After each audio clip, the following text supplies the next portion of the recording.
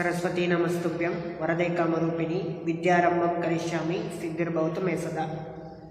Hi, how are you students? This is Nagaraj HP, lecturer in accountancy, Vishwamanava PU College. In the previous videos, we discussed the issue and redemption of debenture chapters. Okay, from this video onwards, we are going to be discussing about the financial statements. That is, you all know that in the previous year, that is first year, we discussed about the financial statements, that is trading account, profit and loss account and the balance sheet, isn't it? In that we are going to be solve the problems in respect of financial statements in the horizontal format. But in this year, we are going to be solve the problems in respect of financial statements in the format of vertical format. Okay, so let us start the chapter, that is financial statements.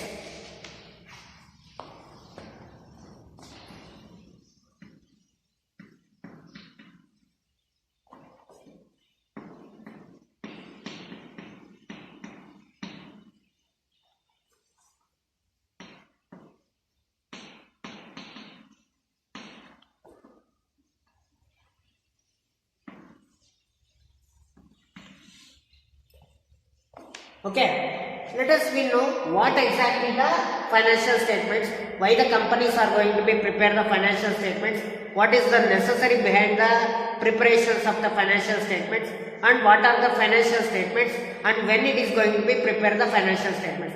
So these are all the aspects are there. For this chapter, you are going to be know what is financial statements, how the financial statements are going to be prepared, what are the rules to be followed while preparing the financial statements, how the books of accounts is to be prepared in respect of the financial statements, and who are the users of the financial statements, how they are going to be utilize the financial information in respect of financial statements, like this. Okay, so let us we know the meaning of financial statements.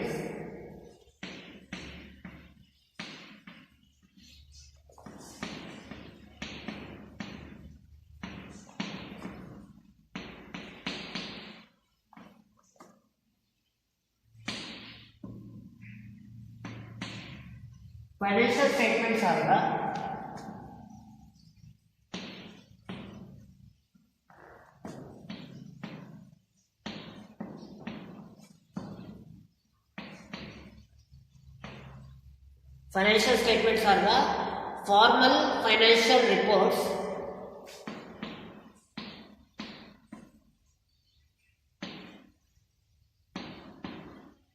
through which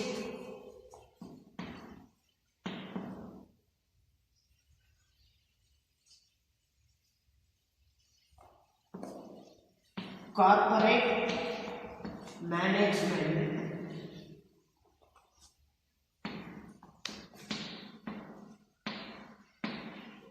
communicates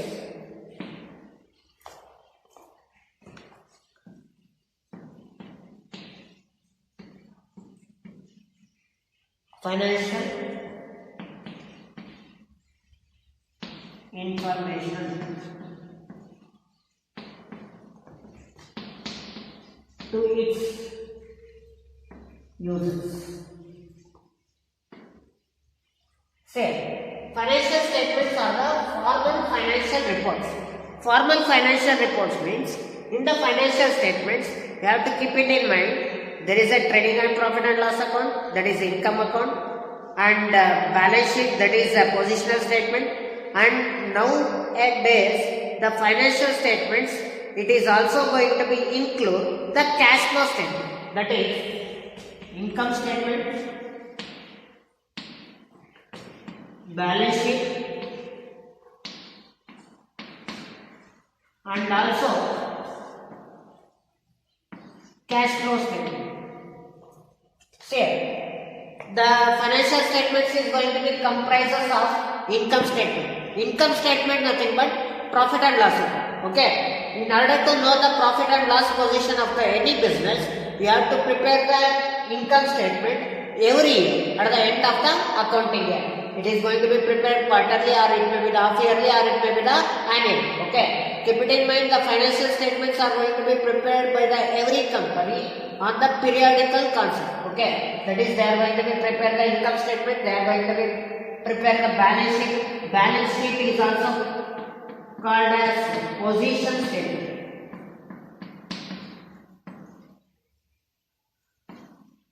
balance sheet ಅನ್ನು ನಾವೇನಂತ ಕರಿತೀವಿ, positional statement ಅಂತಾನು ಕರಿತೀವಿ. Positional statement ಅಂತ ಯಾಕೆ ಕರಿತೀವಿ ಅಂದ್ರೆ, you have to keep it in mind, it shows the assets and liabilities position of the company every accounting year. ಅಂದ್ರೆ ನಮ್ಮ ಬಿಸ್ನೆಸ್ ನ ಒಂದು ಅಸೆಟ್ ಮತ್ತೆ ಲಯಬಿಲಿಟಿನ ಅಂದ್ರೆ ಆಸ್ತಿ ಮತ್ತೆ ಹೊಣೆಗಾರಿಕೆಯ ಒಂದು ಪೊಸಿಷನ್ ಪ್ರತಿ ವರ್ಷ ಎಷ್ಟೆಷ್ಟು ಹಂತದಲ್ಲಿದೆ, ಯಾವ ಒಂದು ಸ್ಟೇಜ್ ಅಲ್ಲಿ ಇದೆ ಅಂತದ ನಮಗೆ ಅದನ್ನ ಏನ್ ಮಾಡುತ್ತೆ, ರೆಪ್ರೆಸೆಂಟ್ ಮಾಡುತ್ತೆ. ಯಾವುದು ರೆಪ್ರೆಸೆಂಟ್ ಮಾಡುತ್ತೆ? Balance sheet.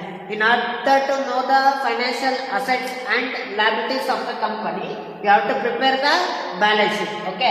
Balance sheet is also called as what? Positional statement. And nowadays the financial statement is also going to include the cash flow. Cash flow statement, it is a statement which is going to be prepared by the company in order to know the cash and cash equivalents of the company, which is going to be inflows and outflows. Know the how much cash we are going to be have by the company in a particular period. ಅಂದ್ರೆ ಒಂದು ವರ್ಷದಲ್ಲಿ ನಮ್ಮ ಒಂದು business ಅಲ್ಲಿ ಎಷ್ಟು ನಮ್ಮ ಹತ್ರ cash amount ಇದೆ ಮತ್ತೆ ಎಷ್ಟು ಕ್ಯಾಶ್ ನ ಒಂದು ಈಕ್ವಿವ್ಯಾಲೆಂಟ್ ಅಮೌಂಟ್ ಇದೆ ಅನ್ನೋದನ್ನ ನಾವು ನೋಡ್ಲಿಕ್ಕೆ, ಎಷ್ಟು ನಮ್ಮ ಹತ್ರ ದುಡ್ಡು ಬಂತು ಎಷ್ಟು ದುಡ್ಡು ಹೋಯ್ತು ಅನ್ನೋದನ್ನ ಇನ್ಫ್ಲೋ ಮತ್ತೆ outflow, inflow and outflow. We are going to be know the position of cash and cash equivalent by preparing the cash flow statement, where the business is going to be have the several inflows and several outflows. By preparing the inflows and outflow statement in the case of the cash and cash equivalents of the cash flow statement, we are going to be know the how much cash we are going to be have by the company in a particular period. So these are all the things we are going to be seen in the case of the financial statement. So this report is going to be prepared by the company in order to communicate the financial information to the users. Who are the users? We all know that the users is going to be have the internal users and external users. ಒಂದು internal users ಬರ್ತಾರೆ ಮತ್ತೆ external users ಬರ್ತಾರೆ. Internal users ಅಲ್ಲಿ ಯಾರ್ಯಾರು ಬರ್ತಾರೆ? Board of directors ಬರ್ತಾರೆ, CEOs ಬರುತ್ತೆ, ಮತ್ತೆ ಚಾರ್ಟರ್ಡ್ ಅಕೌಂಟೆಂಟ್ಸ್ ಬರ್ತಾರೆ, ಮತ್ತೆ ಮ್ಯಾನೇಜರ್ಸ್ ಬರ್ತಾರೆ. ಓಕೆ. ಸ್ಟೇಕ್ ಹೋಲ್ಡರ್ಸ್ ಬರ್ತಾರೆ. ಓಕೆ. ಎಕ್ಸ್ಟರ್ನಲ್ ಯೂಸರ್ಸ್ ಅಲ್ಲಿ ಯಾರ್ಯಾರು ಬರ್ತಾರೆ? ಪಬ್ಲಿಕ್ ಬರ್ತಾರೆ, ಗೌರ್ಮೆಂಟ್ ಬರುತ್ತೆ, ಇನ್ಕಮ್ ಟ್ಯಾಕ್ಸ್ ಅಥಾರಿಟೀಸ್ ಬರ್ತಾರೆ. ಓಕೆ. ಲೆಂಡರ್ಸ್ ಬರ್ತಾರೆ, ಫೈನಾನ್ಷಿಯಲ್ ಇನ್ಸ್ಟಿಟ್ಯೂಷನ್ಸ್ ಬರ್ತಾರೆ. ಇವರೆಲ್ಲ ಯಾರು? External users. ಈ ಯೂಸರ್ಸ್ಗೆ ನಮ್ಮ ಬಿಸ್ನೆಸ್ ನ ಫೈನಾನ್ಷಿಯಲ್ ರಿಪೋರ್ಟ್ಸ್ ನಾವು ಸಬ್ಮಿಟ್ ಮಾಡಬೇಕಾಗುತ್ತೆ. ಅಕೌಂಟಿಂಗ್ ಇಯರ್ನ ಎಂಡಲ್ಲಿ ನಾವು ಫೈನಾನ್ಷಿಯಲ್ ರಿಪೋರ್ಟ್ಸ್ನ ನಾವು ಪ್ರಿಪೇರ್ ಮಾಡಿದ್ಮೇಲೆ ಆ ಒಂದು ಫೈನಾನ್ಷಿಯಲ್ ಇನ್ಫಾರ್ಮೇಶನ್ ನಾವು ಪ್ರೊವೈಡ್ ಮಾಡಬೇಕಾಗುತ್ತೆ. ಯಾಕೆಂದ್ರೆ ಅವ್ರು ಏನ್ ಮಾಡ್ತಾರೆ, ಸೇ ಫಾರ್ ಎಕ್ಸಾಂಪಲ್ ಕ್ರೆಡಿಟರ್ಸ್ನ ಎಕ್ಸಾಂಪಲ್ ತಗೊಂಡು, ಕ್ರೆಡಿಟರ್ಸ್ ಏನ್ ಮಾಡ್ತಾರೆ, ಮನಿನ ಅವ್ರು ಲೆಂಡ್ ಮಾಡಿರ್ತಾರೆ ನಮ್ಮ ಕಂಪ್ನಿ. ಆ ಕ್ರೆಡಿಟರ್ಸ್ಗೆ ನಾವು ಫೈನಾನ್ಷಿಯಲ್ ಇನ್ಫಾರ್ಮೇಶನ್ ಯಾಕೆ ಕೊಡಬೇಕು ಅಂದ್ರೆ, ನೆಕ್ಸ್ಟ್ ಕ್ರೆಡಿಟರ್ಸ್ಗೆ ಅವರು ಲೆಂಡ್ ಮಾಡಿರ್ತಕ್ಕಂಥ ಒಂದು ಮನಿ ಗ್ಯಾರಂಟಿಡ್ ಅಮೌಂಟ್ ನಮಗೆ ಸಿಗುತ್ತೋ ಸಿಗಲ್ವೋ ಅನ್ನೋರಿಗೆ ಅವ್ರಿಗೆ ಕಾನ್ಫಿಡೆನ್ಸ್ ಬೇಕಾಗಿದೆ. ಸೊ ಆ ಕಾರಣಕ್ಕೋಸ್ಕರ ಕ್ರೆಡಿಟರ್ಸ್ಗೆ ನಾವು ಫೈನಾನ್ಷಿಯಲ್ ರಿಪೋರ್ಟ್ಸ್ ನಾವು ಸಬ್ಮಿಟ್ ಮಾಡಿದ್ರೆ, ಓಕೆ ನೋಡಪ್ಪ ನನ್ನ ಬಿಸ್ನೆಸ್ ನ ಒಂದು ಇಷ್ಟು ಪ್ರಾಫಿಟ್ ಇದೆ, ಇಷ್ಟು ಕ್ಯಾಶ್ ಪೊಸಿಷನ್ ಇದೆ, ಇಷ್ಟು ಅಸೆಟ್ಸ್ ಇದೆ, ಇಷ್ಟು ಲಯಬಿಲಿಟೀಸ್ ಇದೆ ಅಂತ ಅವನಿಗೆ ಗೊತ್ತಾದ್ರೆ ಅವನೇನ್ ಮಾಡ್ತಾನೆ, ನೆಕ್ಸ್ಟ್ ಇನ್ನ ಏನಾದ್ರು ಅಮೌಂಟ್ ಅನ್ನ ಲೆಂಡ್ ಮಾಡ್ಬೇಕು ಅಂದ್ರೂ ಅವನೇನ್ ಮಾಡ್ತಾನೆ, ಅವ್ನು ನಮಗೆ ಅಮೌಂಟ್ ನ ಸಾಲನ ಕೊಡ್ತಾನೆ. ಇನ್ ಕೇಸ್ ನಮ್ಮ ಬಿಸ್ನೆಸ್ ನ ಒಂದು ಫೈನಾನ್ಷಿಯಲ್ ಇನ್ಫಾರ್ಮೇಶನ್ ಅವನಿಗೆ ಕೊಡ್ಲಿಲ್ಲ ಅಂದ್ರೆ ಅವಾಗ ಅವನು ಯಾವುದೇ ಕಾರಣಕ್ಕೂ ಕ್ರೆಡಿಟರ್ಸ್ ಏನ್ ಮಾಡ್ತಾನೆ, ನಮಗೆ ನೆಕ್ಸ್ಟ್ ಇನ್ನೊಂದು ಟರ್ಮ್ ಅಲ್ಲಿ ನಮಗೆ ಅಮೌಂಟ್ ಅನ್ನ ಏನ್ ಮಾಡಲ್ಲ, ಲೆಂಡ್ ಮಾಡಲ್ಲ. ಫೈನಾನ್ಷಿಯಲ್ ಇನ್ಸ್ಟಿಟ್ಯೂಷನ್ಸ್ ಆಗಿರ್ಬೋದು, ಬ್ಯಾಂಕ್ಸ್ ಆಗಿರ್ಬೋದು, ಬ್ಯಾಂಕ್ಸ್ಗೆ ನಮಗೆ ಪ್ರಾಫಿಟಬಿಲಿಟಿ ಇತ್ತು ಅಂದ್ರೆ ಅವ್ರು ನಮಗೆ ಸಾಲ ಕೊಡ್ತಾರೆ. ನಮ್ಮ ಬಿಸ್ನೆಸ್ ನ ಒಂದು ಪ್ರಾಫಿಟಬಿಲಿಟಿನೇ ಇಲ್ಲ ಅಂದ್ರೆ ಅವ್ರು ನಮಗೆ ಸಾಲನ ಕೊಡ್ಲಿಕ್ಕೆ ಮುಂದೆ ಬರಲ್ಲ.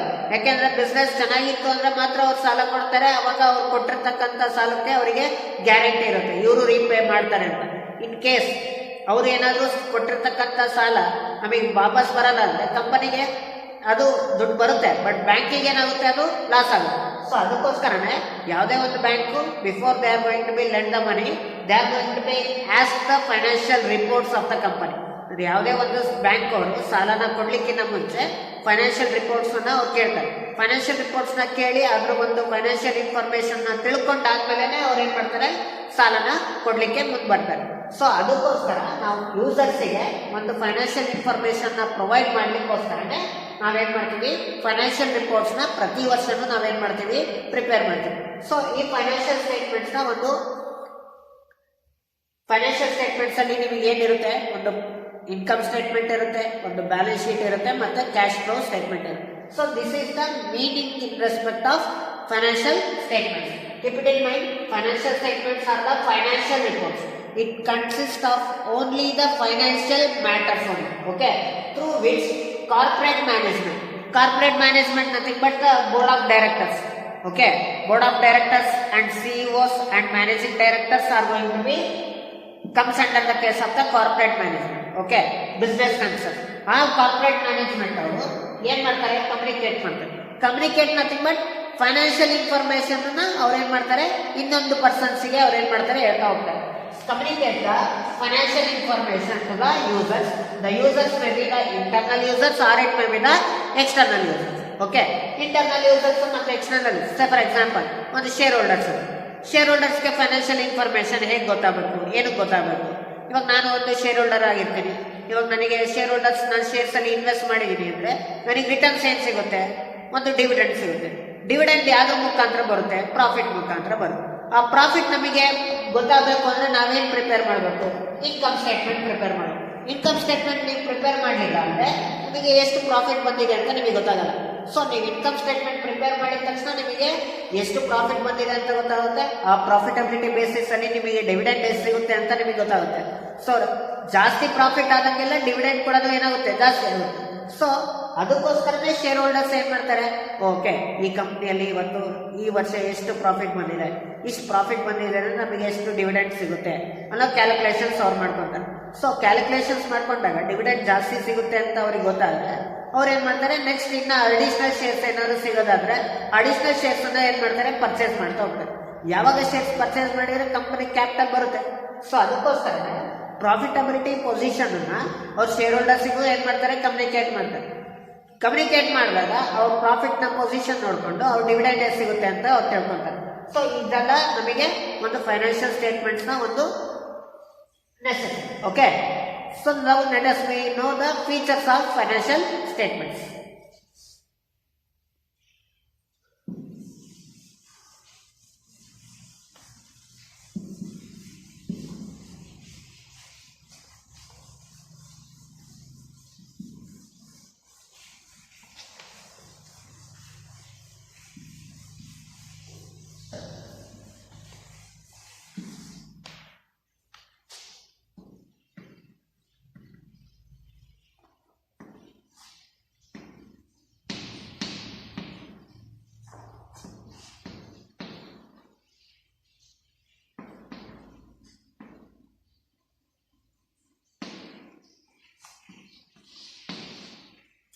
Next one concept is nature of financial statement.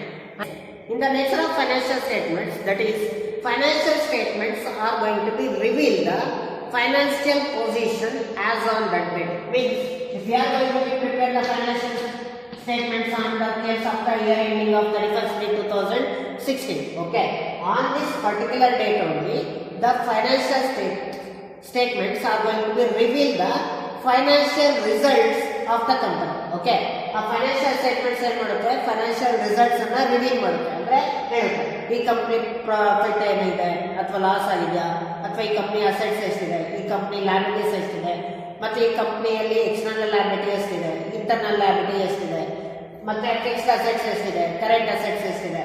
So many financial information ಅನ್ನ ಅದನ್ನ ರಿವೀಲ್ ಮಾಡ್ತಾ ಹೋಗುತ್ತೆ.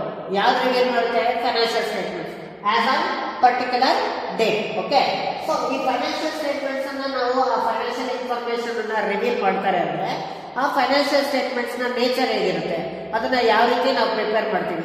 Is it the financial statement is going to be prepared illogical or logical. Financial statements ಅನ್ನ ನಾವು ಪ್ರಿಪೇರ್ ಮಾಡಬೇಕು ಅಂದ್ರೆ there must be certain facts. Okay, so on the basis of the facts only we are going to be prepare the every financial statement without any rules or practices we can't going to be prepare the financial statement. ಪ್ರತಿಯೊಂದು financial statements ಅನ್ನ ನಾವು prepare ಮಾಡಬೇಕು ಅಂದ್ರೆ ಅದರದ್ದೇ ಆದಂತ ಒಂದು rules ಇದೆ, ಅದರದ್ದೇ ಆದಂತ ಒಂದು ಮೆಥಡ್ಸ್ ಇದೆ. ಆ ಒಂದು ರೂಲ್ಸ್ ಅಂಡ್ ಮೆಥಡಾಲಜಿ ಮೇಲೆ ನಾವು ಫೈನಾನ್ಷಿಯಲ್ ಸ್ಟೇಟ್ಮೆಂಟ್ಸ್ ಅನ್ನ ನಾವೇನ್ ಮಾಡ್ತೀವಿ, ಪ್ರಿಪೇರ್ ಮಾಡ್ತೀವಿ. Okay, so under the case of the nature of financial statements, under the first one is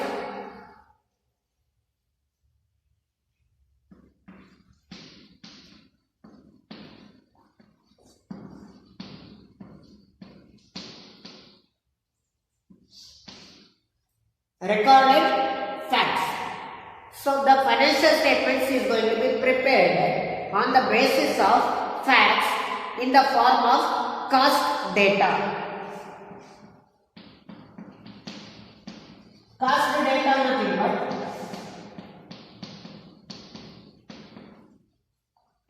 historical or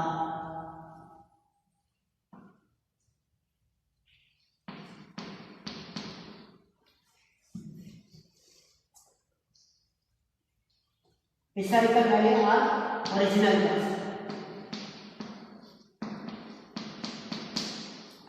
So keep it in mind, the fact in respect of the preparation of the financial statements, the financial statements are going to be prepared on the basis of cost data. Cost data here nothing but historical cost or it may be the original cost. Keep it in mind, there are so many items are there. Those items are going to be considered as the historical value or it may be the market value, or some other items are there. It is going to be considered by comparing the historical value and market value, whichever is lower. So how the things are going to be prepared, that is the financial items like cash in hand, cash at bank,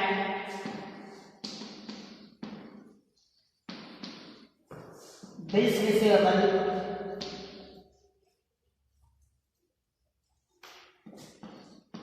debtors, etc. Bills payable and debtors, etc. So these are all the things, items we are going to be recorded in accounting books. Okay, if you are going to be recording these items in the accounting books, you have to consider the certain aspects of it. So for example, in the case of the assets, okay, in the case of assets, if you are going to be record the assets into the balance sheet, okay, you have to consider the asset value as a historical value or original value. ಅಂದ್ರೆ ನೀನೇನಾದ್ರು 1-2-2016 ನೀನೇನಾದ್ರು ಒಂದು building ಅನ್ನ ಕೊಂಡ್ಕೊಂಡಿದ್ದಾರೆ, building ಅನ್ನ ಎಷ್ಟು ಕೊಂಡ್ಕೊಂಡಿದ್ದಾರೆ, rupees 1 lakh ಅಂತ.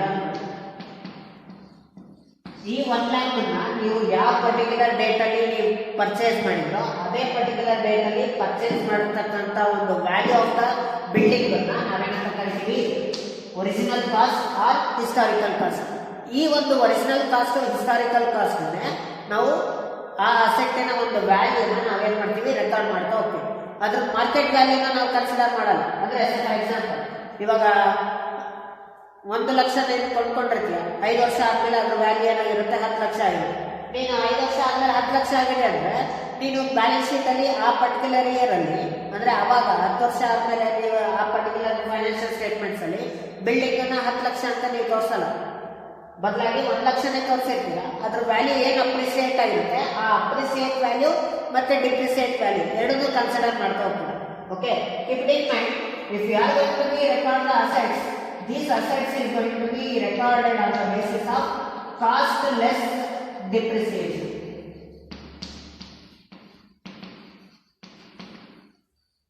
ಯಾವುದೇ asset ಅನ್ನ ನಾವು balance sheet ಅಲ್ಲಿ ರೆಕಾರ್ಡ್ ಮಾಡಬೇಕು ಅಂದ್ರೆ ಕಾಸ್ಟ್ ಲೆಸ್ ಡಿಪ್ರಿಸಿಯೇಷನ್, ಅಂದ್ರೆ ಕಾಸ್ಟ್ ಆಫ್ ದ ಅಸೆಟ್ ಅಲ್ಲಿ ಡಿಪ್ರಿಸಿಯೇಷನ್ ಅನ್ನ ನಾವು ಡಿಡಕ್ಟ್ ಮಾಡಿದ್ದಾದ್ಮೇಲೆ ಆ ಒಂದು ಬುಕ್ ವ್ಯಾಲ್ಯೂ ಏನ್ ಬರುತ್ತೋ ಆ ಬುಕ್ ವ್ಯಾಲ್ಯೂನ ನಾವು ಅಸೆಟ್ಸ್ ಅಲ್ಲಿ ನಾವು ರೆಕಾರ್ಡ್ ಮಾಡ್ತೀವಿ, ಆ ಪರ್ಟಿಕ್ಯುಲರ್ ಅಸೆಟ್ ಅನ್ನು. ಸೊ ನೀವು recording of the financial items ಅನ್ನ ನಾವು ಮಾಡಿದ್ರೆ ಯಾವ ಒಂದು ಫ್ಯಾಕ್ಟ್ ಮೇಲೆ ನಾವು ಮಾಡ್ತೀವಿ, ಕಾಸ್ಟ್ ಡೇಟಾ ಮೇಲೆ ಮಾಡ್ತೀವಿ. ಕಾಸ್ಟ್ ಡೇಟಾದಲ್ಲಿ ಏನ್ ಬರುತ್ತೆ, ಒಂದು historical value or it may be the original cost. Okay, historical value ಮತ್ತೆ ಒರಿಜಿನಲ್ ಕಾಸ್ಟ್ ಹೇಳೋದ್ರೆ ಅಥವಾ ಮಾರ್ಕೆಟ್ ವ್ಯಾಲ್ಯೂ. ಒಂದು ಹಿಸ್ಟಾರಿಕಲ್ ವ್ಯಾಲ್ಯೂನ ಕನ್ಸಿಡರ್ ಮಾಡಬೇಕು, ಇಲ್ಲ ಮಾರ್ಕೆಟ್ ವ್ಯಾಲ್ಯೂ ಕನ್ಸಿಡರ್ ಮಾಡಬೇಕು. ಓಕೆ, ಅಥವಾ ಸ್ಟಾಕ್ ಅನ್ನೋದು ಒಂದು ಐಟಮ್ ತಗೊಂಡ್ರೆ ಸ್ಟಾಕ್ ಅನ್ನು ಯಾವ ರೀತಿ ನಾವು ರೆಕಾರ್ಡ್ ಮಾಡ್ತೀವಿ ಅಂದ್ರೆ, if you are going to be recording the stock items, okay, you are going to be consider the historical value or the market value. Stock ಅಂದ್ರೆ ನಿಮಗೆ ಗೊತ್ತಿದೆ, the items which is going to be used for the trading activities, ಅಂದ್ರೆ buying and selling activities. ಈ business ಕನ್ಸರ್ನಲ್ಲಿ ನೀವೇನಾದರೂ ವಸ್ತುಗಳನ್ನ ಕೊಂಡುಕೊಂಡು ಅದೇ ವಸ್ತುಗಳನ್ನ ನೀವೇನಾದ್ರೂ ಮಾರಾಟ ಮಾಡಬೇಕು ಅಂದ್ರೆ ಆ ವಸ್ತುಗಳನ್ನ ಕೊಂಡ್ಕೊಂಡಿರ್ತಕ್ಕಂಥದ್ದು ಮಾರಾಟ ಮಾಡ್ಕೊಂಡು for the sake of trading activities. ಆ ಟ್ರೇಡಿಂಗ್ ಆಕ್ಟಿವಿಟೀಸ್ಗೆ ಇರ್ತಕ್ಕಂಥ ವಸ್ತುಗಳು ಏನಿದೆಯಲ್ಲ ಸ್ಟಾಕ್, ಆ ಸ್ಟಾಕ್ ಅನ್ನ ನೀವೇನಾದ್ರೂ ಬುಕ್ಸ್ ಆಫ್ ಅಕೌಂಟ್ಸ್ ಅಲ್ಲಿ ವ್ಯಾಲ್ಯೂನ ರೆಕಾರ್ಡ್ ಮಾಡಬೇಕು ಅಂದ್ರೆ ಒಂದು ಹಿಸ್ಟಾರಿಕಲ್ ವ್ಯಾಲ್ಯೂ ಕನ್ಸಿಡರ್ ಮಾಡ್ತೀರಾ ಅಥವಾ ಮಾರ್ಕೆಟ್ ವ್ಯಾಲ್ಯೂ ಕನ್ಸಿಡರ್ ಮಾಡ್ತೀರಾ. Keep it in mind, in the case of the stock, you are going to be compare the historical value or it may be the market value, whichever is less. Okay, ಅಂದ್ರೆ ಅದರಲ್ಲಿ ಯಾವುದು ಕಮ್ಮಿ ಇರುತ್ತೆ,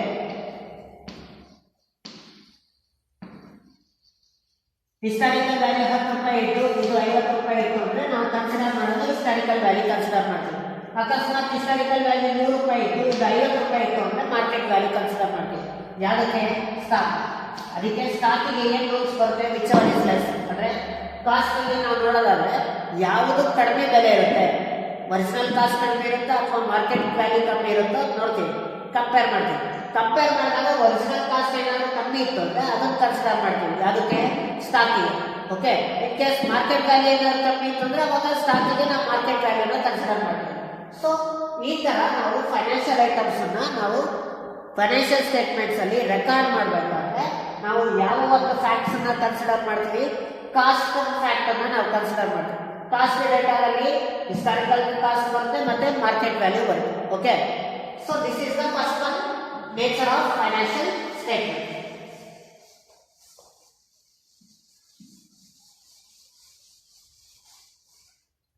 second one ಏನು ಅಂದ್ರೆ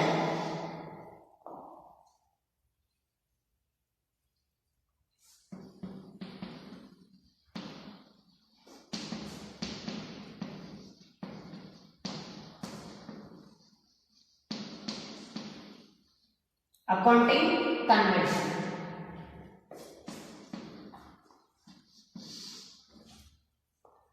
In the case of the accounting convention for recording stock, ಹಾಗೆ stock ಅನ್ನು record ಮಾಡಬೇಕು ಅಂದ್ರೆ ಏನು ಮಾಡಿದೆ,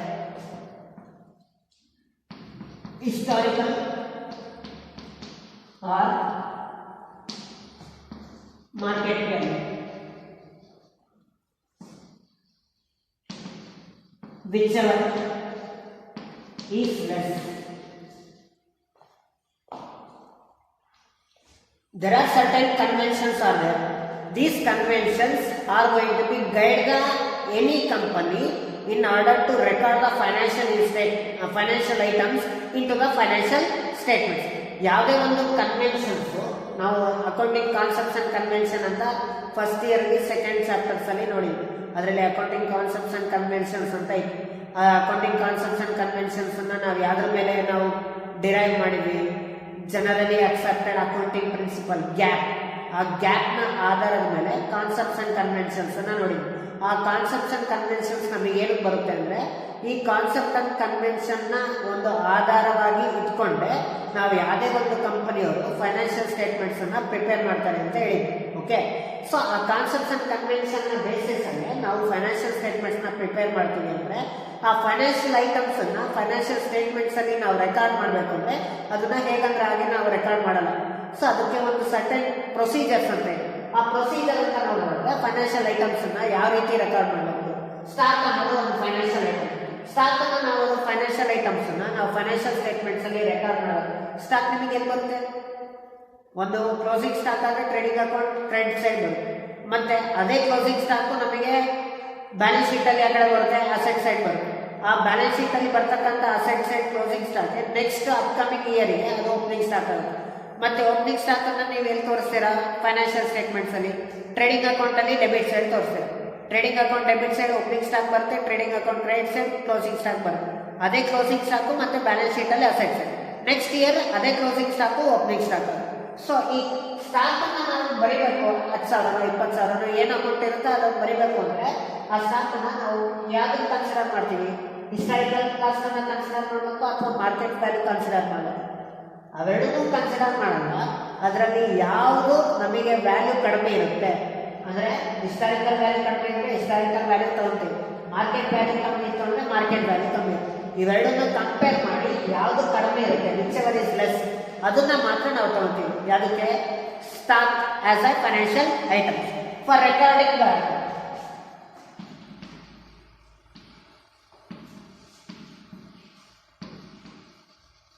Items like pen, pencil, paper, stamp, etc. ನೋಡಿ, ಈ ಸ್ಟೇಷನರಿ ಐಟಮ್ಸ್ ಏನ್ ಬರುತ್ತಲ್ಲ, ಈ ಸ್ಟೇಷನರಿ ಐಟಮ್ಸ್ ನಾವೇನಾದ್ರೂ ಸ್ಟಾಕ್ ಅನ್ನ ಕನ್ಸಿಡರ್ ಮಾಡ್ತೀವ? Never. Stationery items it is an expenditure. This stationery items is an expenditure. ಇದನ್ನು ನಾವು ಸ್ಟಾಕ್ ಕನ್ಸಿಡರ್ ಮಾಡಲ್ಲ, ಇದೇನಿದು ಎಕ್ಸ್ಪೆಂಡಿಚರ್. ಓಕೆ, ಎಕ್ಸ್ಪೆಂಡಿಚರ್ ಆಗಿದ್ರಿಂದ ಇದನ್ನ ಯಾವ ರೀತಿ ನಾವು ಕನ್ಸಿಡರ್ ಮಾಡ್ತೀವಿ? ಹಿಸ್ಟಾರಿಕಲ್ ವ್ಯಾಲ್ಯೂ ಕನ್ಸಿಡರ್ ಮಾಡ್ತೀವಿ ಅಥವಾ ಮಾರ್ಕೆಟ್ ವ್ಯಾಲ್ಯೂನ ಕನ್ಸಿಡರ್ ಮಾಡ್ತೀವಿ? ಇದು ಕೂಡ ನಾವು same which ever is less.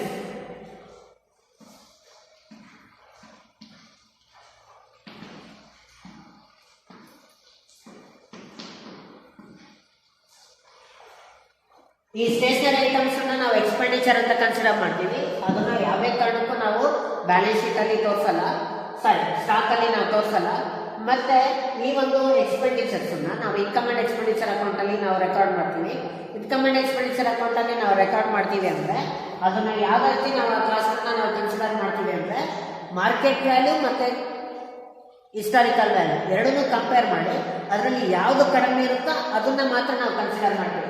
ಯಾವ್ದಂದ್ರೆ ಈ ಒಂದು ಫೈನಾನ್ಷಿಯಲ್ ಈ ಒಂದು ಸ್ಟೇಷನರಿ ಐಟಮ್ಸ್ ನ ರೆಕಾರ್ಡ್ ಮಾಡಬೇಕು. Okay,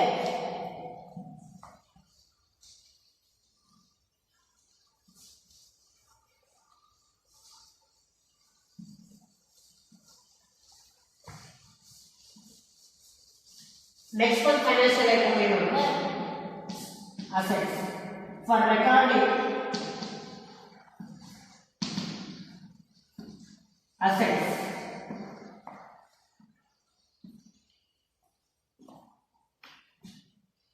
we used to deduct the depreciation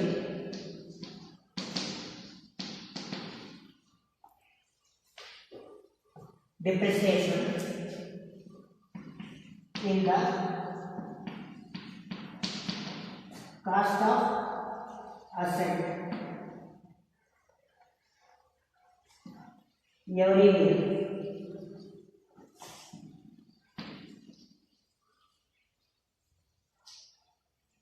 And consider the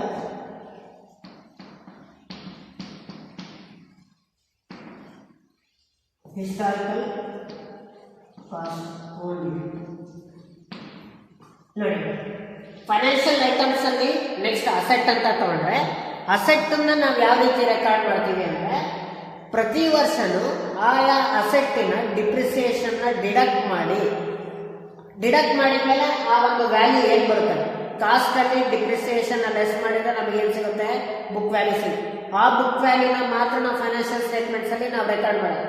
so ಆ ಫೈನಾನ್ಷಿಯಲ್ ಸ್ಟೇಟ್ಮೆಂಟ್ಸ್ ಅಲ್ಲಿ ನಾವು ರೆಕಾರ್ಡ್ ಮಾಡ್ತೀವಿ ಕಾಸ್ಟ್ ಅನ್ನ ಅಂತಂದ್ರೆ ಯಾವ ಕಾಸ್ಟ್ ಅನ್ನ ನೀವು ರೆಕಾರ್ಡ್ ಮಾಡ್ತೀರಾ? ಹಿಸ್ಟಾರಿಕಲ್ ಕಾಸ್ಟ್ ಅನ್ನ ಮಾತ್ರ, ನಾಟ್ ದ ಮಾರ್ಕೆಟ್ ವ್ಯಾಲ್ಯೂ. ನೀನು 1 ಲಕ್ಷಕ್ಕೆ ತಗೊಂಡು ಇನ್ನೊಂದು ವರ್ಷಕ್ಕೆ 5 ಲಕ್ಷ ಆಯ್ತು ಅಥವಾ 5 ಲಕ್ಷಕ್ಕೆ ತಗೊಂಡು ಇನ್ನೊಂದು ವರ್ಷಕ್ಕೆ 1 ಲಕ್ಷ ಆಯ್ತು, ನಮಗೆ ಬೇಡ. ನೀವು ಎಷ್ಟಕ್ಕೆ ಕೊಂಡ್ಕೊಂಡಿರ್ತೀರಾ ಆಯಾ ಅಸೆಟ್ ಅನ್ನ ಕೊಂಡ್ಕೊಂಡಿರ್ತಕ್ಕಂಥ ಒಂದು ವ್ಯಾಲ್ಯೂ ಅಲ್ಲೇ ನಾವು ಬುಕ್ಸ್ ಆಫ್ ಅಕೌಂಟ್ಸ್ ಅಲ್ಲಿ ನಾವು ಆ ಒಂದು ವ್ಯಾಲ್ಯೂನ ನಾವು ರೆಕಾರ್ಡ್ ಮಾಡಬೇಕು. ಫಾರ್ ಎಕ್ಸಾಂಪಲ್, ನೀವು 5 ಲಕ್ಷಕ್ಕೆ ತಗೊಂಡಿದ್ರೆ 5 ಲಕ್ಷನೇ ರೆಕಾರ್ಡ್ ಮಾಡಬೇಕು. 2 ಲಕ್ಷಕ್ಕೆ ತಗೊಂಡಿದ್ರೆ 2 ಲಕ್ಷನೇ ರೆಕಾರ್ಡ್ ಮಾಡಬೇಕು. ಪ್ರತಿ ವರ್ಷ ನೀವು ರೆಕಾರ್ಡ್ ಮಾಡಿದ್ಮೇಲೆ ಆ ಒಂದು ವ್ಯಾಲ್ಯೂನಲ್ಲಿ ನೀವು ಡಿಪ್ರಿಸಿಯೇಷನ್ ನೀವೇನ್ ಮಾಡ್ಬೇಕಾಗುತ್ತೆ? ಎವ್ರಿ ಇಯರ್ ನೀವು ಡಿಡಕ್ಟ್ ಮಾಡ್ಬೇಕಾಗುತ್ತೆ. ಸೊ ಆ ಹಿಸ್ಟಾರಿಕಲ್ ವ್ಯಾಲ್ಯೂನ ನೀವು ರೆಕಾರ್ಡ್ ಮಾಡಿದ್ಮೇಲೆ, ಕಾಸ್ಟ್ ಅನ್ನ ರೆಕಾರ್ಡ್ ಮಾಡಿದ್ಮೇಲೆ ಆ ಕಾಸ್ಟ್ ಅಲ್ಲಿ ನಾವೇನ್ ಡಿಡಕ್ಟ್ ಮಾಡಬೇಕು? ಡಿಪ್ರಿಸಿಯೇಷನ್ ಡಿಡಕ್ಟ್ ಮಾಡಬೇಕು. ಈ ಡಿಪ್ರಿಸಿಯೇಷನ್ ನ expenses, it is what type of expenses? Non cash expenses.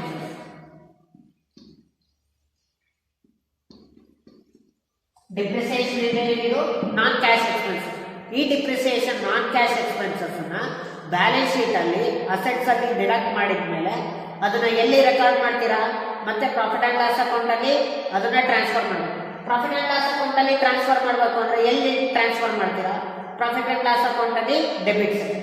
So this is the things you have to be consider while recording the financial items in respective of the financial statements, which the every company has to follow the accounting conventions in respective of recording the financial items into the financial statements. ಅಂದ್ರೆ ಯಾವುದೇ ಒಂದು ಕಂಪನಿಯವರು ಈ conventions ಅನ್ನ ಒಂದು base ಅಲ್ಲಿ ಇಟ್ಕೊಂಡು, ಅಂದ್ರೆ ಆಧಾರವಾಗಿ ಇಟ್ಕೊಂಡು, ಈ ಕನ್ವೆನ್ಷನ್ ಆಧಾರದ ಮೇಲೆ ಆ ಫೈನಾನ್ಷಿಯಲ್ ಐಟಮ್ಸ್ ಅನ್ನ ನಾವು ಫೈನಾನ್ಷಿಯಲ್ ಸ್ಟೇಟ್ಮೆಂಟ್ಸ್ ಅಲ್ಲಿ ನಾವು ಪ್ರಿಪೇರ್ ಮಾಡಬೇಕು. ಅದರಲ್ಲಿ ನಾನು ಫಸ್ಟ್ ಒಂದು ಹೇಳಿದೆ, ಫೈನಾನ್ಷಿಯಲ್ ಸ್ಟಾಕ್ ಐಟಮ್ ಅನ್ನ ಯಾವ ರೀತಿ ರೆಕಾರ್ಡ್ ಮಾಡಬೇಕು, ಮತ್ತೆ ಸ್ಟೇಷನರಿ ಐಟಮ್ಸ್ ಅನ್ನ ಯಾವ ರೀತಿ ರೆಕಾರ್ಡ್ ಮಾಡಬೇಕು, ಮತ್ತೆ ಅಸೆಟ್ಸ್ ಆದ್ರೆ ಯಾವ ರೀತಿ ರೆಕಾರ್ಡ್ ಮಾಡಬೇಕು. ಸೊ ಈ ಎಲ್ಲದನ್ನು ನಾವು ಯಾವ ರೀತಿ ರೆಕಾರ್ಡ್ ಮಾಡಬೇಕು ಅನ್ನೋದು ನಮಗೆ ಬೇಕು ಅಂದ್ರೆ ನಮಗೆ ಅದು ಯಾವ್ದ್ರ ಬೇಸಿಸ್ ಅಲ್ಲಿ ಇರುತ್ತೆ? ಕನ್ವೆನ್ಷನ್ಸ್ ಅಲ್ಲಿ ಇರುತ್ತೆ. Okay, so next one is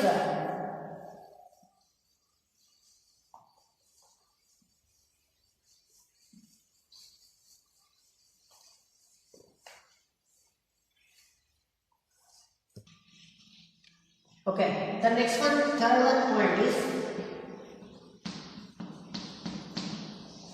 postulates. Postulates ಅಲ್ಲಿ ನಿಮಗೆ ಒಂದು ಏನು ಬರುತ್ತೆ? ಫಸ್ಟ್ ಗೋಯಿಂಗ್ ಕನ್ಸರ್ನ್ ಅಂತ. Take the example of going concern concept. Contact concepts ಅಂತ ಏನು ನೀವು ಕೇಳಿರಲ್ಲ, ಆ ಕಾನ್ಸೆಪ್ಟ್ಸ್ ಅನ್ನ ನಾವು ಪಾಸ್ಟುಲೇಟ್ಸ್ ಅಂತ ಕರಿತೀವಿ. ಆ ಫಸ್ಟ್ ಒಂದು ನಾವು ಎಕ್ಸಾಂಪಲ್ ತಗೊಂಡ್ರೆ going concern concept. What exactly the going concern concept? According to the going concern concept, business concern is going to be run in the case of the indefinite period. What is the long term period? ಅಂದ್ರೆ ಯಾವುದೇ ಒಂದು business concern indefinite period ಅಲ್ಲಿ ನಮಗೆ run ಆಗುತ್ತೆ.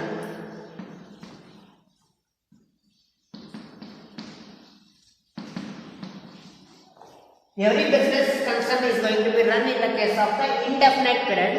So that is why, in respect of the going concern concept, the assets of an organization is going to be recorded as a cost value or historical value.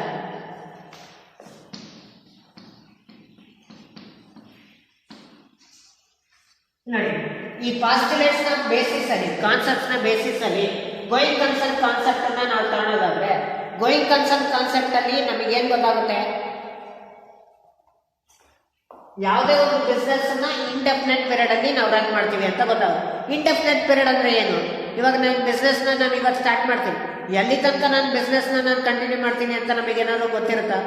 ಗೊತ್ತಿರಲ್ಲ. Means you are going to be start the business and you have to carry the business for a 1 year or 2 year or 3 year or 4 year like that, for N number of years. ಎಷ್ಟು ವರ್ಷ ಬೇಕಾದ್ರೂ ನೀವು ಅದನ್ನ run ಮಾಡಬಹುದು. ಎಲ್ಲಿ ತನಕ ನಿಮ್ಮ business ನ ರನ್ ಮಾಡ್ತೀರಾ ಅಂತ ನಿಮಗೆ ಗೊತ್ತಿರಲ್ಲ.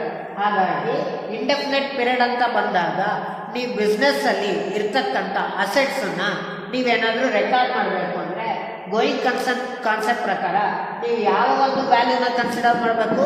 ಕಾಸ್ಟ್ ವ್ಯಾಲ್ಯೂನ ಮಾತ್ರ ಕನ್ಸಿಡರ್ ಮಾಡಬೇಕು. ಯಾವುದಕ್ಕೋಸ್ಕರ? Assets. In order to record the assets in respect of the going concern concept, you have to consider what value? Cost value. Why? Because the going concern concept states that every business concern is going to be run for the indefinite period. So that is why we are going to be consider only the cost value in respect of the asset. This is the first one, postulate. And next one is money measurement concept.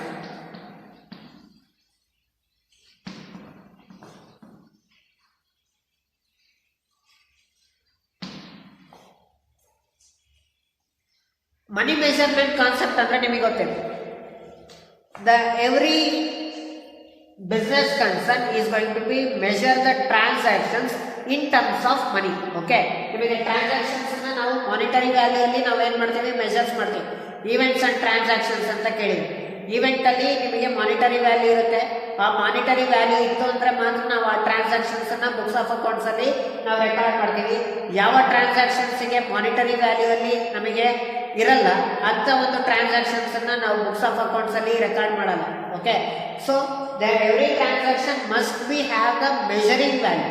Measuring values ಅಂದ್ರೆ ಒಂದು units ಆಗಿರ್ಬೋದು ಅಥವಾ ಒಂದು price ಆಗಿರ್ಬೋದು. ಈ units ಮತ್ತೆ price ನ ಒಂದು ಬೇಸಿಸ್ ಆಗಿ ನಾವು ಪ್ರತಿಯೊಂದು ಟ್ರಾನ್ಸಾಕ್ಷನ್ಸ್ ಅನ್ನ ನಾವೇನ್ ಮಾಡ್ತೀವಿ, ಮೆಜರ್ ಮಾಡ್ತೀವಿ. ಆ ಮೆಜರಿಂಗ್ ವ್ಯಾಲ್ಯೂಸ್ ಇದ್ರೇನೆ ಮಾತ್ರ ಆ ಟ್ರಾನ್ಸಾಕ್ಷನ್ಸ್ ಅನ್ನ ಬುಕ್ಸ್ ಆಫ್ ಅಕೌಂಟ್ಸ್ ಅಲ್ಲಿ ನಾವು ರೆಕಾರ್ಡ್ ಮಾಡೋದು.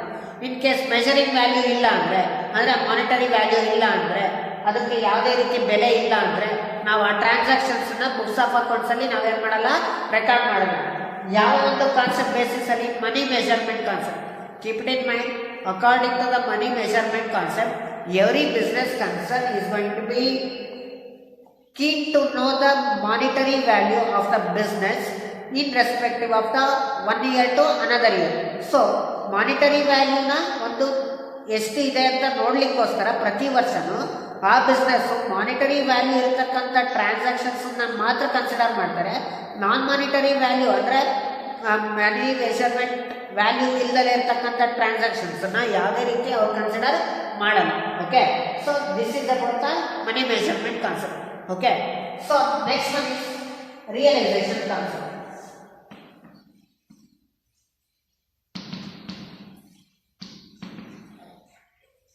ರಿಯಲೈಸೇಷನ್ ಕಾನ್ಸೆಪ್ಟ್ ಏನಿರುತ್ತೆ, while preparing the profit and loss account. Profit and loss account ನಾವೇನಾದ್ರೂ ಪ್ರಿಪೇರ್ ಮಾಡಬೇಕು ಅಂದ್ರೆ you must have the revenues.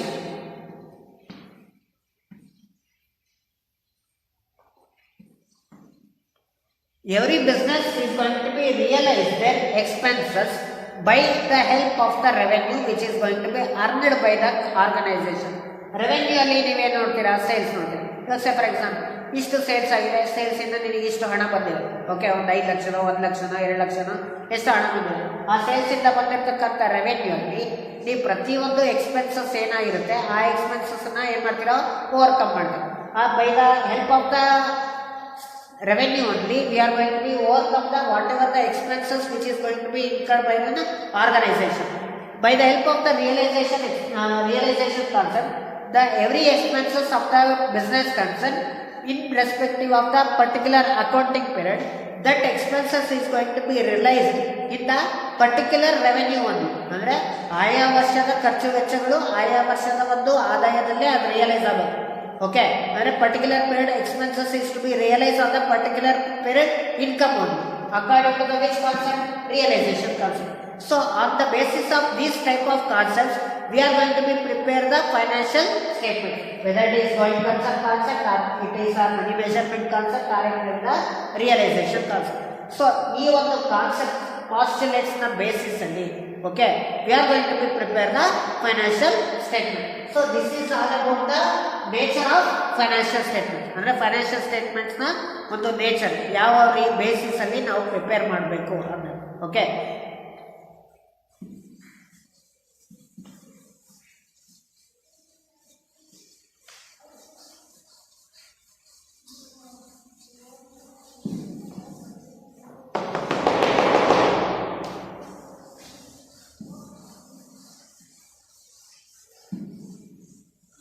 next, objectives.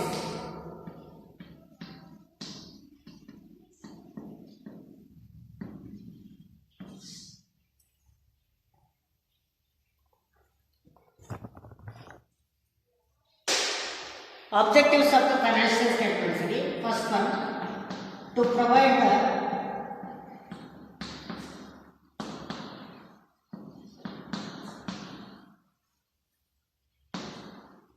information about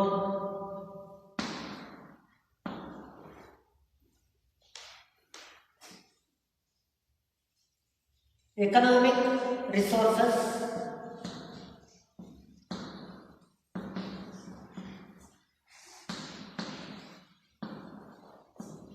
and obligations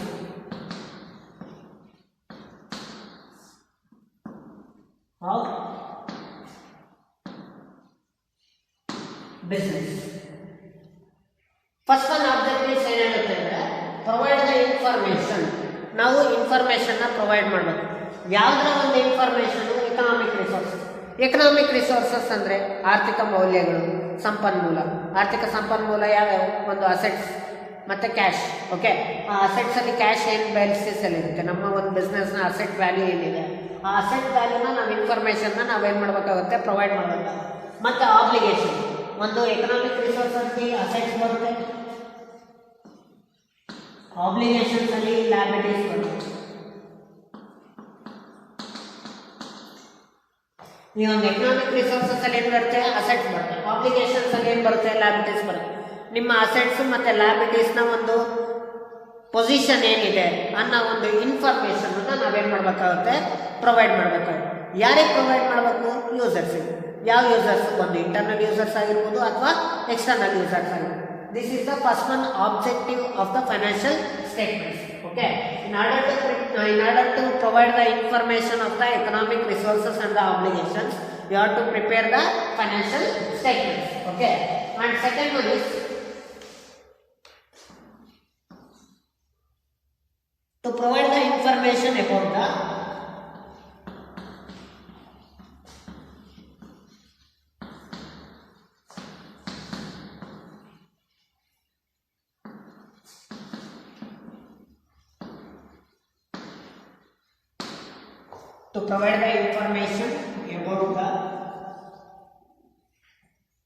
earning capacity.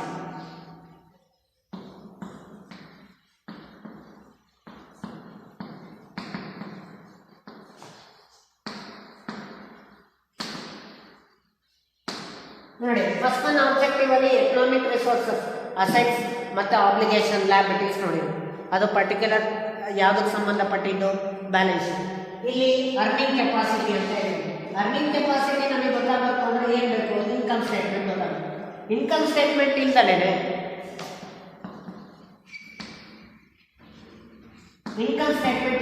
ನಮ್ಮ ಬಿಸ್ನೆಸ್ನ earning capacity ನಮಗೆ ಗೊತ್ತಾಗಲ್ಲ.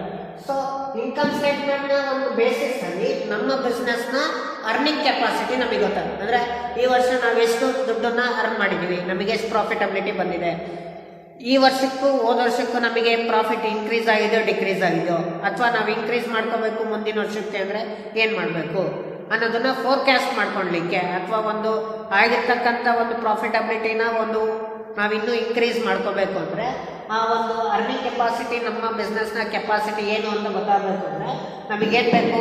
ಇನ್ಕಮ್ ಸ್ಟೇಟ್ಮೆಂಟ್ ಬೇಕು. ಆ income ಸ್ಟೇಟ್ಮೆಂಟ್ನ basis ಅಂದರೆ ನಾವು ನಮ್ಮ ಬಿಸ್ನೆಸ್ನ ಒಂದು ಅರ್ನಿಂಗ್ ಕೆಪಾಸಿಟಿ ನಮಗೆ ಗೊತ್ತಾಗುತ್ತೆ. ಸೊ ಆ ಅರ್ನಿಂಗ್ ಕೆಪಾಸಿಟಿನ ನಾವು ಇನ್ಕಮ್ ಸ್ಟೇಟ್ಮೆಂಟ್ ಮುಖಾಂತರ ನಾವು ನೋಡ್ಕೊಂಡಾದ್ಮೇಲೆ ಅದನ್ನ ನಾವು ಇನ್ಫಾರ್ಮೇಷನ್ನ ಕೊಡಬೇಕಾಗುತ್ತೆ. ಯಾರಿಗೆ ಇನ್ಫಾರ್ಮೇಷನ್ ಕೊಡಬೇಕು? ಒಂದು ಇಂಟರ್ನಲ್ ಯೂಸರ್ಸಿಗೆ ಕೊಡಬೇಕು ಮತ್ತು ಎಕ್ಸ್ಟರ್ನಲ್ ಯೂಸರ್ಸಿಗೆ ಕೊಡಬೇಕು. ಅಂದರೆ ನಮ್ಮ ಬಿಸ್ನೆಸ್ನ ಪ್ರಾಫಿಟ್ ಎಷ್ಟಿದೆ, ಲಾಸ್ ಎಷ್ಟಿದೆ ಅನ್ನೋ ಒಂದು ಮಾಹಿತಿನ ನಾವು ಕೊಡಬೇಕು ಅಂದರೆ ನಮಗೆ ಏನು ಬೇಕಾಗುತ್ತೆ? ಇನ್ಕಮ್ ಸ್ಟೇಟ್ಮೆಂಟ್ ಬೇಕಾಗುತ್ತೆ. So this is the objectivity of the income statement. Okay. And the third one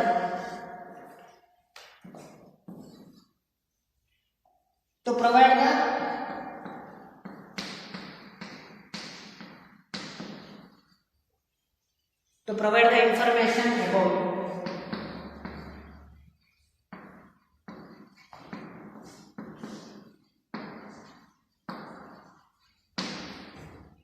cash flows.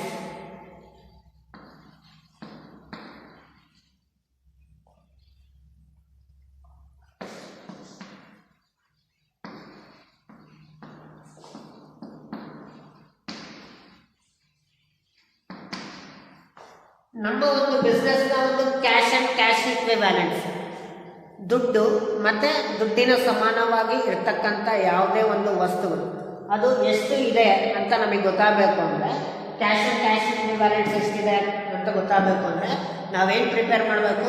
Cash flow ಸ್ಟೇಟ್ಮೆಂಟನ್ನು ಪ್ರಿಪೇರ್ ಮಾಡಬೇಕು. ಕ್ಯಾಶ್ ಫ್ಲೋ ಸ್ಟೇಟ್ಮೆಂಟಲ್ಲಿ ನಿಮಗೆ ಒಂದು ಬಿಸ್ನೆಸ್ನ ಒಂದು ಕ್ಯಾಶ್ ಇನ್ಫ್ಲೋಸ್ ಮತ್ತು ಬಿಸ್ನೆಸ್ನ ಕ್ಯಾಶ್ ಔಟ್ಫ್ಲೋಸ್ ಗೊತ್ತಾಗುತ್ತೆ. So, what exactly is the cash flow statement? Cash flow statement, it is a statement in which we are going to be prepared in order to know the cash and cash equivalents of any business concern by knowing the inflows and outflows of a business. In a particular period. Okay, inflows ಅಂದರೆ ನಾನು ಗೂಡ್ಸ್ನ sale ಮಾಡಿದರೆ ಏನಾಗುತ್ತೆ, ದುಡ್ಡು ಬರುತ್ತೋ ಹೋಗುತ್ತೋ, ಬರುತ್ತೆ ತಾನೆ. ಇವಾಗ ನಾನು ಇದನ್ನು ಮಾರಿದ್ದೀನಿ ಅಂತ ಅಂದ್ಕೊಳ್ಳಿ, ನಾನು ಇದನ್ನು 10 ರೂಪಾಯಿ ಮಾರಿದರೆ ನನಗೆ 10 ರೂಪಾಯಿ ಬಂತು, ಅದು ಇನ್ಫ್ಲೋ. ನಾನೇನಾದರೂ ಯಾವುದಕ್ಕಾದ್ರೂ ಪೇಮೆಂಟ್ ಮಾಡಿದರೆ, ದುಡ್ಡನ್ನು ಯಾರಿಗಾದ್ರು ಬೇರೆಯವ್ರಿಗೆ ಕೊಟ್ಟರೆ, ಇವಾಗ ಕ್ರೆಡಿಟರ್ಸಿಂದ ನಾವು ಏನು ಮಾಡ್ತೀವಿ, ಗೂಡ್ಸ್ನ ಪರ್ಚೇಸ್ ಮಾಡ್ತೀವಿ, ಅವರಿಗೆ ಹಣನ ನಾನು ಏನು ಮಾಡ್ತೀನಿ, ಕೊಡ್ತೀನಿ. ಅವಾಗ ದುಡ್ಡು ನನ್ನಿಂದ ಏನಾಗುತ್ತೆ, ಬಿಸ್ನೆಸ್ಸಿಂದ ಹೋಗುತ್ತೆ, ಅದು ಔಟ್ಫ್ಲೋ. ಓಕೆ, ಗೂಡ್ಸ್ನ ಸೇಲ್ ಮಾಡಿದರೆ ದುಡ್ಡು ಬರೋದು ಇನ್ಫ್ಲೋ. ಅದೇ ನಾನು ಕ್ರೆಡಿಟರ್ಸಿಗೆ ಪೇಮೆಂಟ್ ಮಾಡ್ತಾ ಇದ್ದೀನಿ ಅಂದರೆ ಅದು ಔಟ್ಫ್ಲೋ. ಬಿಸ್ನೆಸ್ಸಿಗೆ ಹಣ ಬಂದರೆ ಇನ್ಫ್ಲೋ, ಬಿಸ್ನೆಸ್ಸಿಂದ ದುಡ್ಡು ಹೋದರೆ ಅದು ಔಟ್ಫ್ಲೋ. ಆ ಒಂದು ಇನ್ಫ್ಲೋಸ್ ಆ್ಯಂಡ್ ಔಟ್ಫ್ಲೋಸ್ ಪರ್ಟಿಕ್ಯುಲರ್ ಪೀರಿಯಡಲ್ಲಿ ಎಷ್ಟಾಗಿದೆ ಅನ್ನೋದನ್ನು ನಾವು ನೋಡಬೇಕು ಅಂದರೆ ಒಂದು ಏನು ಪ್ರಿಪೇರ್ ಮಾಡಬೇಕು, cash flow statement. Okay, so this cash flow statements is going to be provide the information about the cash position in the business in a particular period. Okay, so this is also one of the information we are going to be provide to the users. Okay, whether it is internal or it may be the external users. And next one is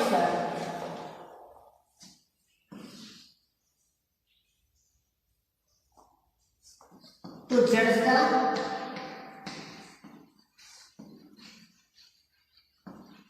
effectiveness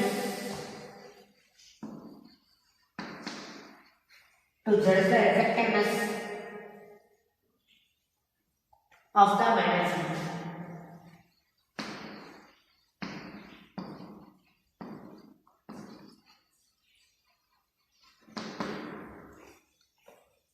ಈ financial ಸ್ಟೇಟ್ಮೆಂಟ್ಸ್ನ ಪ್ರಿಪರೇಷನ್ಸ್ನ ಇನ್ನೊಂದು main objectivity ಏನಪ್ಪ ಅಂದರೆ, ನಮ್ಮ ಒಂದು business ಮ್ಯಾನೇಜ್ಮೆಂಟ್ನ effectiveness ಗೊತ್ತಾಗಬೇಕು ಅಂದರೆ ನಮಗೆ financial ಸ್ಟೇಟ್ಮೆಂಟ್ಸೇ Sakshi.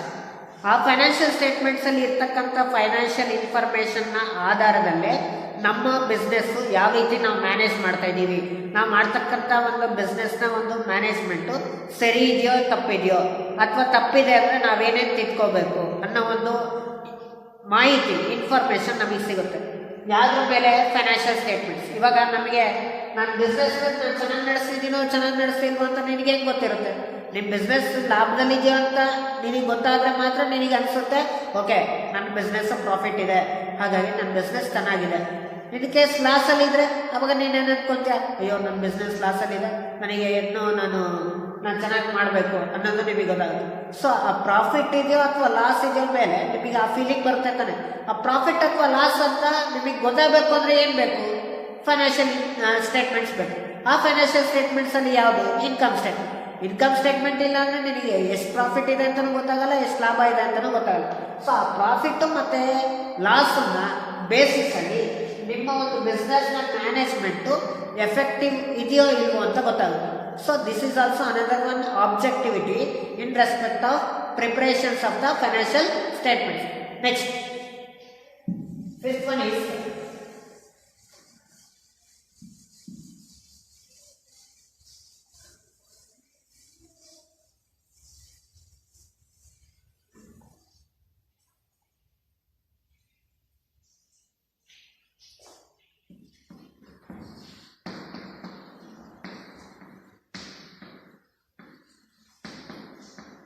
information about the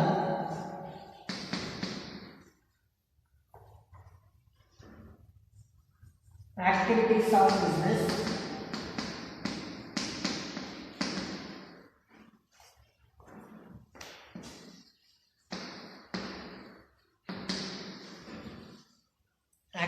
of business, affecting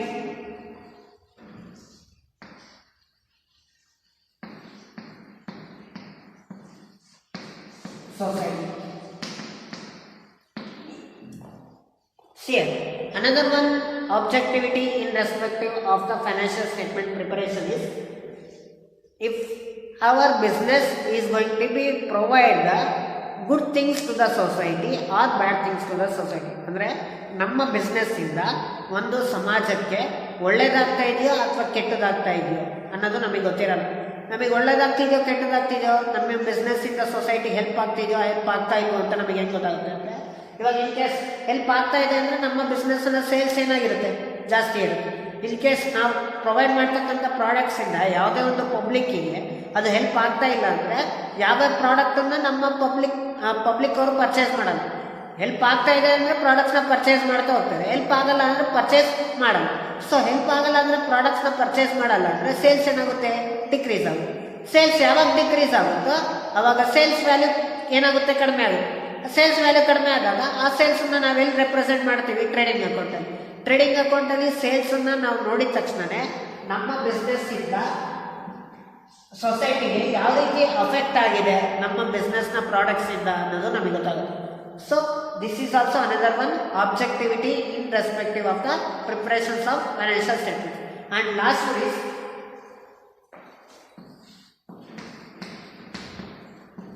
disclosing of accounting policy. ನೋಡಿ, according to the Companies Act, you have to prepare the financial statements every year and you have to provide the financial information every year to the users. And irrespective of the preparation of the financial statements, you have to disclose the accounting policies which is going to be made by the every management in a particular period. ಅಂದರೆ ಯಾವುದೇ ಒಂದು management ಅವರು ಏನೇನು accounting policies and ಪ್ರೊಸೀಜರ್ಸ್ನ ಅವ್ರು ಮಾಡಿರ್ತಾರೆ, ಆ policies and ಪ್ರೊಸೀಜರ್ಸನ್ನು ಪ್ರತಿಯೊಂದನ್ನು ಅವ್ರ ಯೂಸರ್ಸಿಗೆ ಏನು ಮಾಡಬೇಕಾಗುತ್ತೆ, ಪ್ರೊವೈಡ್ ಮಾಡಬೇಕಾಗುತ್ತೆ ಪ್ರತಿ ವರ್ಷ. So this is all about the objectives of the preparations of the financial statements. In the upcoming classes, we are going to be know how the financial statements is going to be prepared and what are the things which is going to be comes under the case of the financial statements. In the previous year, ಅಂದರೆ first ವರ್ಷ ನೀವು financial ಸ್ಟೇಟ್ಮೆಂಟ್ಸನ್ನು ನೀವು ಒಂದು horizontal ಬೇಸಿಸಲ್ಲಿ ನೋಡಿದ್ವಿ. Trading ಅಕೌಂಟಲ್ಲಿ debit ಮತ್ತು credit, P&L ಅಲ್ಲೂ debit ಮತ್ತು ಕ್ರೆಡಿಟ್, ಬ್ಯಾಲೆನ್ಸ್ ಶೀಟಲ್ಲಿ ಲ್ಯಾಬಿಲಿಟೀಸು ಮತ್ತು ಅಸೆಟ್ಸ್. ನಿಮಗೆ ಇನ್ನೊಂದು ಮೈಂಡಲ್ಲಿ ಇರಬೇಕು, ಫೈನಾನ್ಷಿಯಲ್ ಸ್ಟೇಟ್ಮೆಂಟ್ಸಲ್ಲಿ ನೀವು ಫೈನಾನ್ಷಿಯಲ್ ಐಟಮ್ಸನ್ನು ನೀವು ರೆಕಾರ್ಡ್ ಮಾಡಬೇಕು ಅಂದರೆ, ಅಸೆಟ್ಸ್ ಆ್ಯಂಡ್ ಲ್ಯಾಬಿಲಿಟೀಸ್ನ ರೆಕಾರ್ಡ್ ಮಾಡಬೇಕು ಅಂದರೆ ಅದಕ್ಕೊಂದು ಟರ್ಮಿನಾಲಜಿ ಇದೆ. ಅಂದರೆ ಅದನ್ನು ಸುಮ್ಮನೆ ನಾವು ಎಲ್ಲೆಲ್ಲೋ ಯಾವ್ದಾದ್ರು ಐಟಮ್ಸನ್ನು, ಅಸೆಟ್ಸನ್ನು, ಲ್ಯಾಬಿಲಿಟೀಸ್ನ ಬರೆಯೋಲ್ಲ. ಆ ಬರಿಬೇಕು ಅಂದ್ರೂ ಅದಕ್ಕೊಂದು ಪ್ರೊಸೀಜರ್ ಇದೆ, ಯಾವ ಆರ್ಡರಲ್ಲಿ ನಾವು ಬರಿಬೇಕು ಅಂತ. ಆ ಆರ್ಡರ್ ನಿಮಗೆ ಲಾಸ್ಟ್ ಇಯರ್ ನಾನು ಹೇಳಿದ್ದೆ, ಜ್ಞಾಪಕ ಇರಬೇಕು. ನೋಡೋದು ನೆಕ್ಸ್ಟ್ ಕ್ಲಾಸಲ್ಲಿ ನೀವು ಅದನ್ನು ಮೈಂಡಲ್ಲಿ ಇಟ್ಕೊತೀರಾ ಅಥವಾ ನನಗೆ ಮೆಸೇಜ್ ವಾಟ್ಸಪ್ಪಲ್ಲಿ ಕಳಿಸ್ತೀರಾ. ಫೈನಾನ್ಷಿಯಲ್ ಅಸೆಟ್ಸನ್ನು ಮತ್ತು ಲ್ಯಾಬಿಲಿಟೀಸನ್ನು ನಾವು ರೆಕಾರ್ಡ್ ಮಾಡಬೇಕು ಬ್ಯಾಲೆನ್ಸ್ ಶೀಟಲ್ಲಿ ಅಂದರೆ ಯಾವ ಆರ್ಡರಲ್ಲಿ ಅಸೆಟ್ಸು ಮತ್ತು ಲ್ಯಾಬಿಲಿಟೀಸನ್ನು ನಾವು ರೆಕಾರ್ಡ್ ಮಾಡ್ತೀವಿ ಅನ್ನೋದನ್ನು ನೀವು ನನಗೆ ವಾಟ್ಸಪ್ಪಲ್ಲಿ ಮೆಸೇಜ್ ಕಳಿಸಿ. Okay, so this is all about today's class. Thank you.